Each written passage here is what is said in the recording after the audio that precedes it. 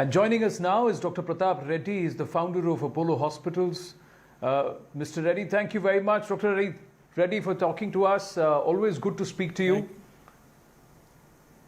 Your reaction to the ordinance and the government taking note on the assault? I think it's a very crucial stance that need to have been addressed to, because the doctors who are sparing all their time in difficult times, especially now, when everybody is staying at home, it is the doctor, the nurse, the paramedical staff and the administrator, whom I call the unsung heroes. They have been fighting, but unfortunately, they have been being ill-treated for a number of years. I recollect, so the cabinet decision yesterday, passing that ordinance, is very, very crucial, because when the doctors do their very best, it doesn't mean that always doesn't mean that. So, and what they get back is terrible. I remember way back in 2007, when one or two of our hospitals had this incident, I went to then Chief Minister of Andhra Pradesh, Prathap Reddy.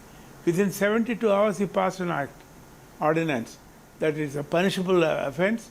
One or two other states adopted it. But today, I'm glad the Prime Minister convening the cabinet meeting and passing this ordinance, which I think is a true recognition that of course, I thank the Indian Medical Association who stood firm and took this up. And to get back what the doctor is doing, the nurse is doing, they don't deserve this. You know, we don't want a salute. At least there should be an acknowledgement. But the acknowledgement should not be insulting, damaging property. Damaging a hospital is, or hurting a doctor is terrible. And also during this instance, we have two doctors whose cremation was objected by the community. I think that feeling that it is a doctor who has served beyond his selfishness, I think that should be recognized. World over, there is a great appreciation of when he does great things. But whenever something goes wrong, the reactions that they give back is not fair. We must always admit that whatever Dr. Reddy, if I may ask you, like today when we are fighting this COVID thing, it is something which we have never seen. 65 years as a doctor, I've never seen anything like this in healthcare crisis. But we never let back. All our hospitals, all of the healthcare people are doing their very best to champion the patient and prevent whatever they could to make a difference in their lives. If people are recovering, definitely there is a great effort put in by the doctor, the nurse and the staff and so on and so forth, whether it is private or the public. But when we lose somebody, it should not be that. Dr. Reddy, if I may ask you, Dr. Reddy, if I may ask you, sir. Please. Thank you. If I may ask you, sir, do you believe that this should even, Dr. Reddy, if I may ask you, do you believe that this should extend beyond the COVID period? Do you believe that the government, all leaders need to put their heads together and there needs to be a law against assault of those in the business of care, that is caregivers? Be it nursing staff, be it doctors, be it attendants, however it is. I think it's not my view. I reinforce that practically everyone in their normal sense will think the sacrifice that a doctor and the paramedics and the nurses, they all do, ordinarily when managing patients in difficult times and during crises like this. So I think this act is very, very necessary, because what they have done is totally, it's not damage. It is damaging one's dignity and the sense of their individualism. So I think this act should be permanent forever. And I think other countries should follow the Indian lead to bring such an amendment, because it's happening not so much in other countries, but it's happening. Because at that time, when everything is done, they say, thank you, doctor, and give all sorts of things. But there are also times when the doctor can do his very best. Like in this COVID, our tools are very little. We don't have an appropriate antibiotic. We don't have an appropriate anti-against against this COVID. Although people are working very hard, hopefully in the next few days or first few weeks, we will have the weapon to fight this crisis. But the act is very, very essential. I commend our cabinet, Prime Minister and his team to have brought this act. I hope it not only lasts in the country forever. I hope other countries will look up and bring similar acts in their countries to save doctor community, the nursing community, the healthcare people who give everything they can. You know, today everybody is staying at home because the doctors and nurses and paramedics, these are working. You know, isn't that sacrifice when everybody else stays home to stay safe? And, so I admire our government. Dr. Reddy, may I ask you? Done many things. There are two questions, two aspects to it, sir. Yes. There are two aspects. One is the doctors at the hospitals at the point where they are with the patients. The other is when they go back home, when they are going into societies, when they are going back to where they are living, their base. They are also facing discrimination there.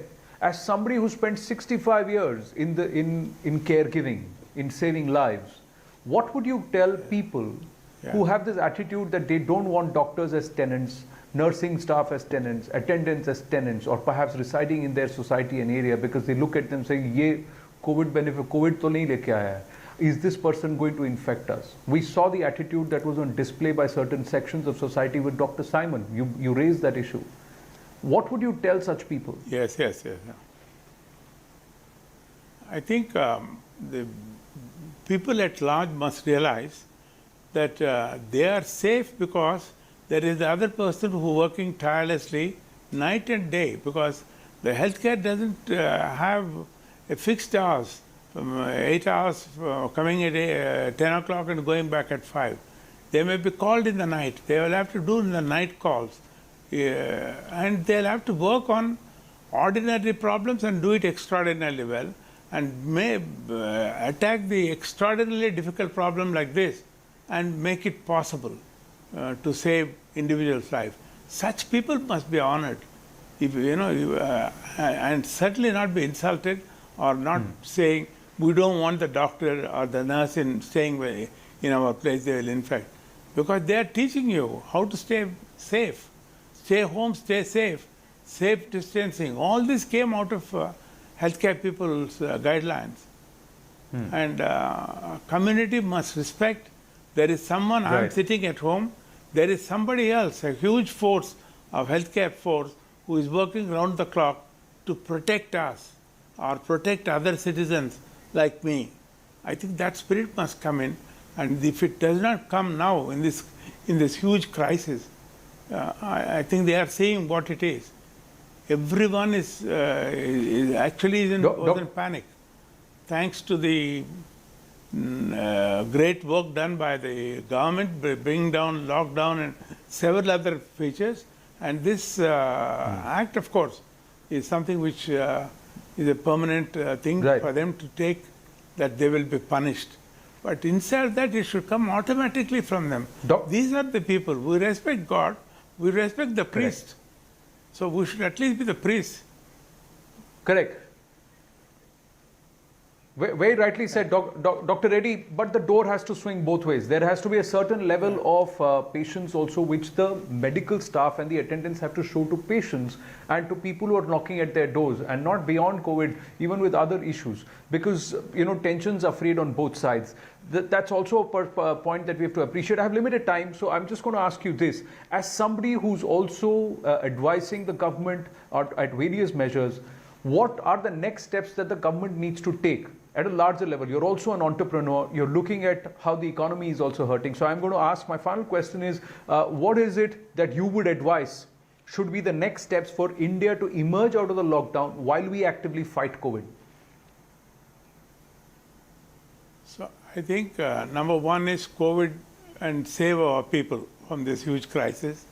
the number of deaths that's taking across the world shows that we need first to cure and save people. That's number one. But on the same term, once this is over, we have to cure and save the healthcare industry.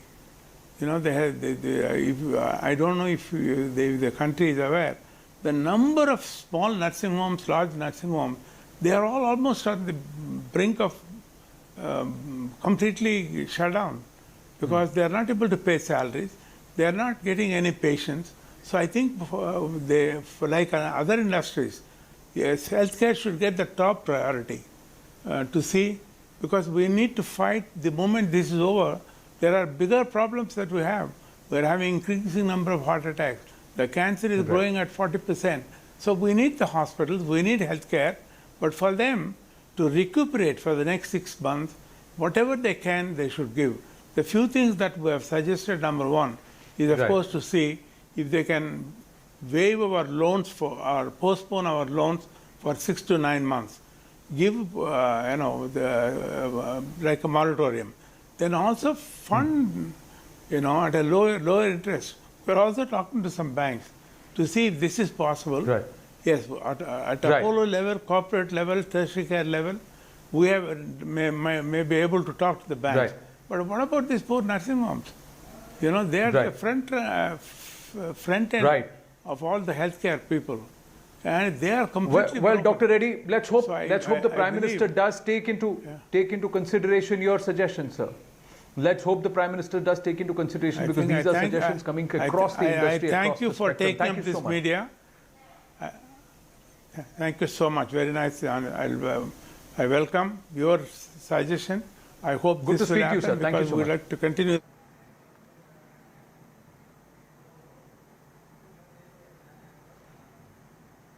Thank you, sir. And on that note, we're going to take a very, very short break. Stay with us here on CNN News 18.